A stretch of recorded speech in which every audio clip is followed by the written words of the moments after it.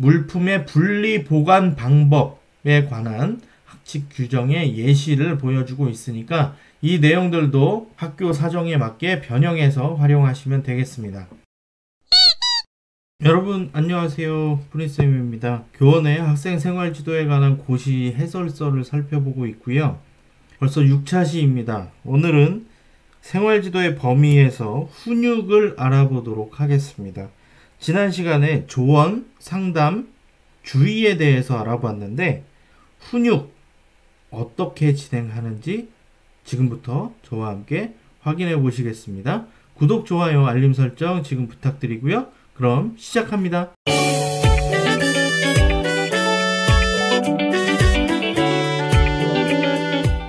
오늘 살펴보실 내용은 훈육입니다. 훈육에 관련 조문은 제12조에 나와 있고요. 12조 1항을 살펴보도록 하겠습니다. 학교의 장과 교원은 제9조에 따른 조언 또는 제11조에 따른 주의로 학생에 대한 행동 중재가 어려운 경우 훈육할 수 있다라고 되어 있습니다. 지난 시간에 조언, 상담, 주의를 살펴보았는데 조언이나 주의를 통해서 행동 교정을 요청을 했는데 학생이 이에 응하지 않은 경우에 해당하는 내용이라고 생각하시면 되겠습니다. 2항 살펴보도록 하겠습니다. 학교의 장과 교원은 학생이 바람직한 행동 변화를 위하여 노력하도록 특정한 과업을 부여하거나 특정한 행위를 할 것을 지시할 수 있다 라고 되어 있죠. 이 경우 학생의 인권을 존중해야 하며 법령과 학칙의 범위에서 지시가 이루어져야 한다 라고 규정이 되어 있기 때문에 저희가 학생의 생활지도에 관한 고시의 내용을 반영하여 학칙 또는 학교 생활 규정을 개정해서 운영하여야 함을 기억하시면 되겠습니다. 해설과 지도 요령을 살펴보게 될 텐데요. 학교의 장과 교원은 학생이 수업을 방해하거나 조언, 주의 등 정당한 생활지도에 불응하거나 긍정적 행동 변화가 없을 경우에 학생에게 지시, 제지, 물품의 분리 보관을 할 수 있습니다. 이 내용도 조금 후에 살펴보도록 하겠습니다. 지도 요령의 내용은 조금 전에 말씀드렸던 대로 법령과 학칙이 정하는 바에 따라서 실시를 하여야 함을 규정하고 있습니다. 학생의 인격이 존중되는 방향으로 하여야 한다는 관련 판례도 제시가 되어 있으니까 한 번씩 읽어보시면 어려움 없이 이해하실 수 있을 겁니다. 지도 요령 두 번째 살펴보겠습니다. 학교의 장 및 교원은 수업 방해 등 문제 학생 행동을 훈육하기 위하여 법령과 학칙 내에서 적절한 교육 방법을 선택할 권한이 있습니다. 이에 관한 관련 판례도 제시되어 있으니까 이 내용도 한 번씩 읽어보시면 크게 어려움 없이 이해하실 수 있을 겁니다. 다음, 학생들을 훈육할 경우에는 학생들의 인격을 무시하는 폭언이나 체벌 등은 하지 않도록 하는 것을 권장하고 있습니다. 지금부터는 훈육의 방법을 살펴볼 건데요. 첫 번째, 지시를 살펴보도록 하겠습니다. 지시는 학생의 긍정적 행동을 증가시키고 부정적 행동을 감소시키는 데 도움이 되는 교육적 조치를 내리기 위한 목적으로 활용하시면 되겠고요. 과제를 부여하는 지시를 할 경우에는 학생의 수준에서 수행이 가능한 과제를 부여하여야 하고요. 과제 수행 완료 이후에는 그에 따른 교육적 지도가 함께 이루어져야 합니다. 지시의 요건과 지시사항 예시를 제시하고 있는데요. 지시의 요건을 살펴보면 학생의 학업과 진로의 성장 및 발전, 안전한 학교 생활 등 교육적 목적 달성을 위한 교육적 조치가 필요한 경우에 지시를 사용함을 제시하고 있습니다. 지시 상황 예시도 살펴보시면 되겠고요. 지도 요령을 살펴보도록 하겠습니다. 지시는 학생의 학습권을 보장하고 안전사고를 예방하고 건강 등의 교육적 목적을 달성하기 위한 목적으로 이루어져야 함을 제시하고 있습니다. 관련 판례도 제시하고 있고요. 지시로 인한 과제 수행 시에도 식사, 화장실 이용 등 기본적인 쉬는 시간은 보장할 수 있도록 해야 함을 고시에서 명시하고 있으니까요. 참고하셔서 학생들 생활지도 하시면 되겠습니다. Q&A 내용은 나중에 Q&A만 따로 묶어서 안내를 드릴 예정이라 넘어가도록 하겠습니다. 다음 제지에 대해서 살펴보도록 하겠습니다. 관련 조문은 훈육의 3항부터 5항에 나와 있습니다. 3항 내용 살펴보면요. 학교의 장과 교원은 법령과 학칙에 따른 금지된 행동을 하는 학생을 발견한 경우에 이를 즉시 중지하도록 말로 제지할 수 있다라고 되어 있습니다. 말로 제지할 수 있는 거고요. 4항 살펴보도록 하겠습니다. 물리적으로 제지할 수 있는 경우에는 자신과 타인의 생명, 신체에 위해를 끼치거나 재산에 중대한 손해를 끼칠 우려가 있는 긴급한 경우에 해당하는 걸 확인할 수 있겠고요. 5항 살펴보도록 할게요. 4항에 따른 물리적 제지가 있는 경우에는 해당 교원은 이를 학교의 장에게 지체 없이 보고해야 하며 학교의 장은 그 사실을 보호자에게 신속히 알려야 한다라고 되어 있습니다. 제지의 요건 관련 조문 살펴봤고요. 해설 내용 살펴보도록 하겠습니다. 학생이 법령과 학칙에 위반되는 문제 행동을 하거나 자신 또는 타인의 안전을 위협하는 등의 상황에서 구두 제지 및 물리적 제지를 할 수 있다. 조금 전에 살펴봤었죠. 말로 제지할 수 있고요. 물리적으로 제지할 수 있는데 물리적 제지의 예시를 들고 있는데요. 길을 가로막는 행위처럼 소극적 수준의 행위, 학생의 신체 일부를 붙잡는 행위와 같이 적극적인 행위가 포함한다고 되어 있습니다. 대표적으로 자해, 학교폭력, 안전사고, 교육활동 침해, 특수교육 대상자의 문제행동 등 긴급한 상황에서 인명보호를 위해 학생에 대한 물리적 제지를 실시할 수 있다고 제시하고 있습니다. 관련한 판례도 제시하고 있으니까 시간 되실 때 한 번씩 확인해 보시면 될 것 같고요. 판례 아랫부분에 나와 있는 이 내용을 살펴보도록 하겠습니다. 물리적 제지와 체벌은 엄연히 다른 것이라고 제시를 하고 있고요. 체벌은 여전히 엄격히 금지하고 있고요. 물리적 제지는 긴급한 상황에서 학교 구성원의 위해를 감소하기 위함이므로 과거 훈육을 위해 일상적인 상황에서 실시되었던 체벌과는 무관하다는 내용을 기술하고 있습니다. 다음은 제지의 요건과 예시 살펴보도록 하겠습니다. 법령과 학칙에 따른 금지된 행동을 하는 학생을 발견한 경우에 제지를 할 수 있고요. 자신 또는 타인의 생명, 신체에 위해를 끼치거나 재산에 중대한 손해를 끼칠 우려가 있는 긴급한 경우에 제지를 사용하시면 되겠습니다. 제지사항의 예시를 살펴보시면 복도 및 계단, 난간 등 위험한 장소에 올라가거나 뛰는 경우, 도구 등을 사용하여 자해를 하는 경우 이런 내용들이 제시가 되어 있으니까 한 번씩 확인해 보시면 크게 어려움 없으실 거라고 생각이 됩니다. 지도 요령도 살펴보도록 할게요. 구두 제지를 할 때 감정적이거나 모욕적인 언어를 사용하지 않도록 하고요.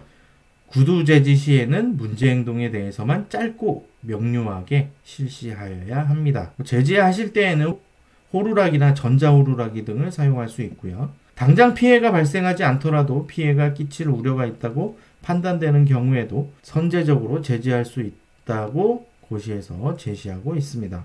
다음 내용 살펴보도록 하겠습니다. 물리적 제지를 하기 전에 먼저 주위 다른 학생을 정확히 지정해서 교장, 교감, 주변 교실들의 교사들을 불러오도록 지시할 수 있습니다. 그리고 112나 119에 우선적으로 실시할 수 있고요.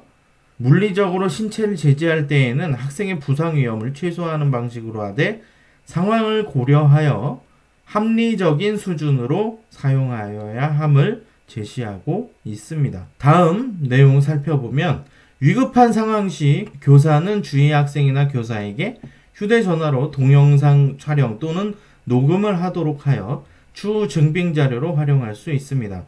혹시 이 자료가 다른 곳에 유포되지 않도록 주의해야 함을 안내하고 있고요. 관련 판례도 제시되어 있으니까 시간 나실 때 꼭 한번 읽어보시기 바랍니다. Q&A 내용은 아까 말씀드린 바와 같이 나중에 모아서 한 번에 살펴보도록 하겠습니다. 다음 분리 내용 살펴보도록 하겠습니다. 분리의 내용은 제12조 훈육의 단계에서 6항과 7항에 제시되어 있습니다. 6항의 내용 살펴보도록 하겠습니다. 학교의 장과 교원은 학생이 교육활동을 방해하여 다른 학생들의 학습권 보호가 필요하다고 판단하는 경우 다음 각 호에 따라 해당 학생을 분리할 수 있습니다. 다만 제3호 및 제4호에 따른 분리, 장소, 시간 및 학습 지원 방법 등의 세부 사항은 학칙으로 정합니다. 첫 번째, 수업 시간 중 교실 내 다른 좌석으로 이동을 한다든가, 두 번째, 수업 시간 중 교실 내 지정된 위치로의 분리. 이 내용은 교실 내 분리를 이야기하고요. 3호 내용 살펴보면 수업 시간 중 교실 밖 지정된 장소로 분리를 하거나, 4호 정규 수업 외의 시간에 특정 장소로 분리를 하는 3호와 4호에 따른 분리 장소, 시간 및 학습 지원 방법 등의 세부 사항은 학칙으로 정한다고 규정하고 있는 거 꼭 기억하셨다가 학칙이나 학교생활 규정에 반영하시기 바랍니다. 7항 살펴보도록 하겠습니다. 학교의 장은 제6항, 제3호 및 제4호에 따른 분리를 거부하거나 1일 2회 이상 분리를 실시하였음에도 학생이 지속적으로 교육활동을 방해하여 다른 학생들의 학습권 보호가 필요하다고 판단하는 경우에 보호자에게 학생 인계를 요청해서 가정학습을 하게 할 수 있다라고 규정하고 있습니다. 혹시 수업 시간 중에 지정된 장소로 분리를 했거나 정규 수업 외의 시간에 특정 장소로 분리를 했을 때에는 조금 전에 살펴봤던 3호와 4호에 따른 분리를 거부했을 경우 1일 2회 이상 분리를 실시하였음에도 학생이 지속적으로 교육활동을 방해하는 경우에는 보호자에게 학생 인계를 요청할 수 있다고 제시하고 있으니까 꼭 기억하셨다가 활용하시면 되겠습니다. 해설 내용 살펴보도록 할게요. 분리는 학생이 교육활동을 방해하여 다른 학생들의 학습권 보호가 필요하다고 판단하는 경우에 실시하시면 되겠고요. 훈육으로서의 분리는 학생이 지속적으로 교육활동을 방해하여 다른 학생의 학습권 보호가 필요한 경우에 해당 학생을 일시적으로 분리하기 위한 지도 방법으로 징계에 의한 분리, 출석 정지와는 다르다고 하는 거 꼭 기억하시기 바랍니다. 아래쪽에 나와 있는 내용도 살펴보도록 하겠습니다.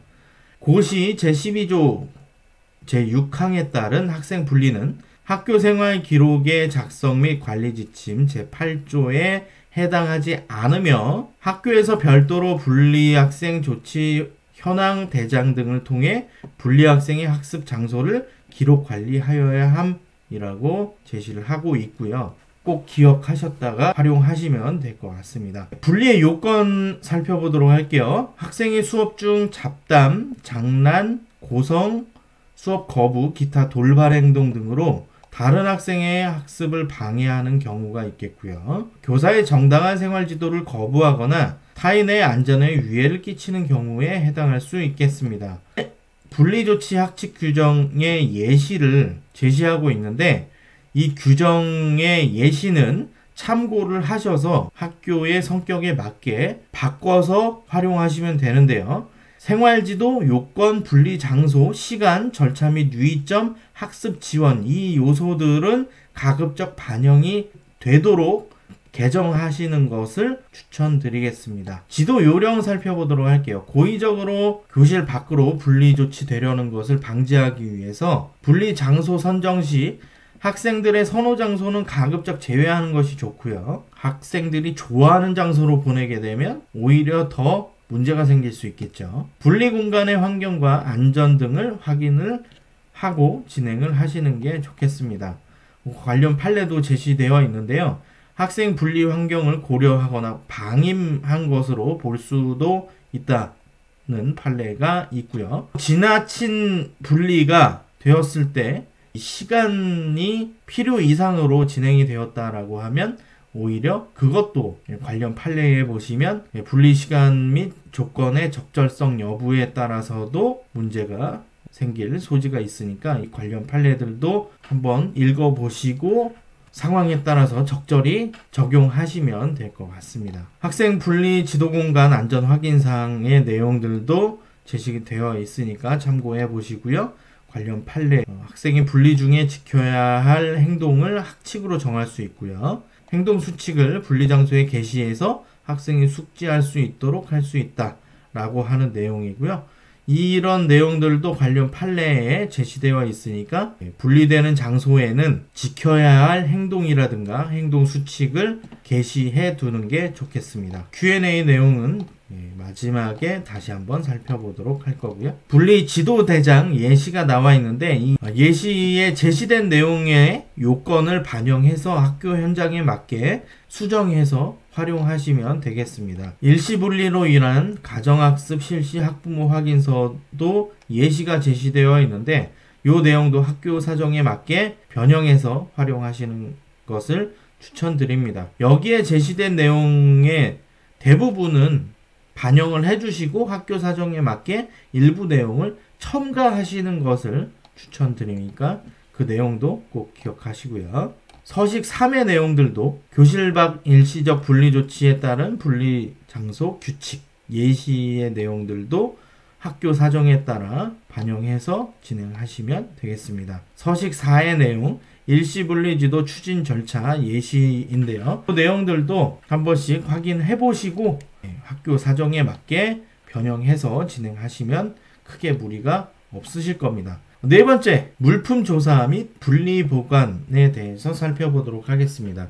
제가 첫 시간부터 말씀드린 것이 물품의 분리 보관이다. 이게 압수가 아니다 라고 말씀을 드렸는데 용어를 정확하게 쓰셔야 합니다. 압수라고 했을 경우에는 오히려 문제가 생길 소지가 있습니다. 따라서 물품 조사 및 물품 분리 보관 이렇게 말씀을 하시는 게 좋겠고요.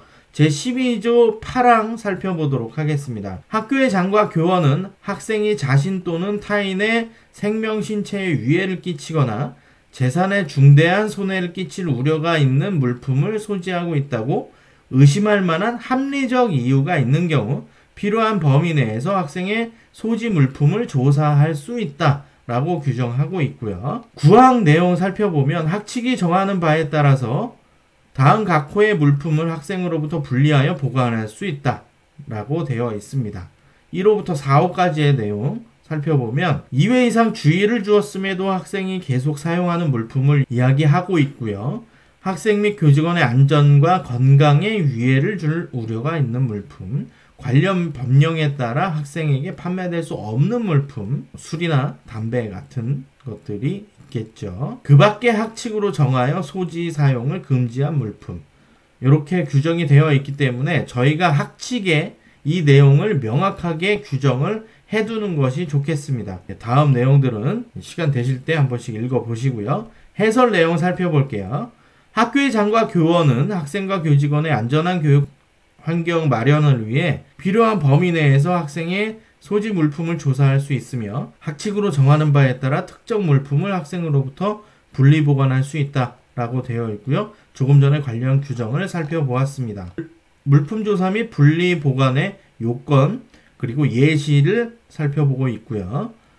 조금 전에 물품 조사 및 분리 보관의 요건은 다 살펴봤기 때문에 물품 조사 상황 예시를 살펴보면 담배, 라이터, 술, 화학약품, 레이저 포인터, 인화성 물질, 또 학교 폭력 비행에 사용될 수 있거나 사용한 물품에 대한 소지 신고가 들어왔거나 목격한 경우 자해 자살의 가능성이 있는 물품 소지 신고, 이런 내용들이 예시로 제시되어 있으니까 이 내용을 반영하시면 되겠습니다. 지도 요령도 살펴보도록 하겠습니다. 물품을 조사하고 분리하는 과정에서 물품 손상 및 분실이 발생하지 않도록 시간 장치가 부착되어 있는 지정된 장소에 보관하여야 하고요.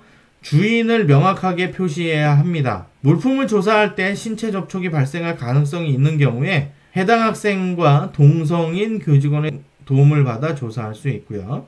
학칙을 제정할 때 금지된 물건과 이후 절차 등의 내용을 자세하게 명시하고 물품 조사 및 분리 보관 시 그 사유에 대하여 명확하게 안내하여야 합니다. 다음 내용들은 한 번씩 읽어보시면 크게 어려움 없이 이해하실 수 있을 겁니다. Q&A의 내용들 나중에 다시 살펴보도록 하겠습니다. 제12조 구항에 대한 학칙 규정 예시인데요. 물품의 분리 보관 방법에 관한 학칙 규정의 예시를 보여주고 있으니까 이 내용들도 학교 사정에 맞게 변형해서 활용하시면 되겠습니다. 112 신고 시에 정당한 생활지도 판단 기준도 여기 나와 있는데요. 첫 번째는 법령과 학칙, 두 번째는 교원의 학생 생활지도에 관한 고시 해설서, 세 번째 학급 규칙 및 교육 주체 간의 협약, 네 번째 교원 학부모와의 사전 협의사항, 이런 것들을 기억하시고 판단의 기준으로 삼아주시면 되겠습니다. 물품 분리보관 신고서 예시도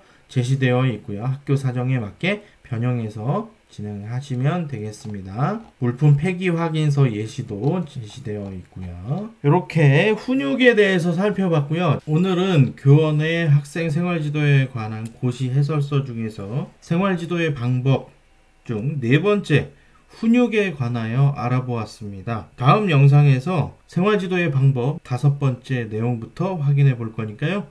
기대해 주시고 다음 영상에서 또 뵙도록 하겠습니다. 장시간 시청해 주셔서 감사드리고 혹시 필요한 내용이나 의견 있으신 분들은 아래 적극적인 댓글 부탁드리겠습니다. 그럼 다음 영상에서 만나요. 안녕.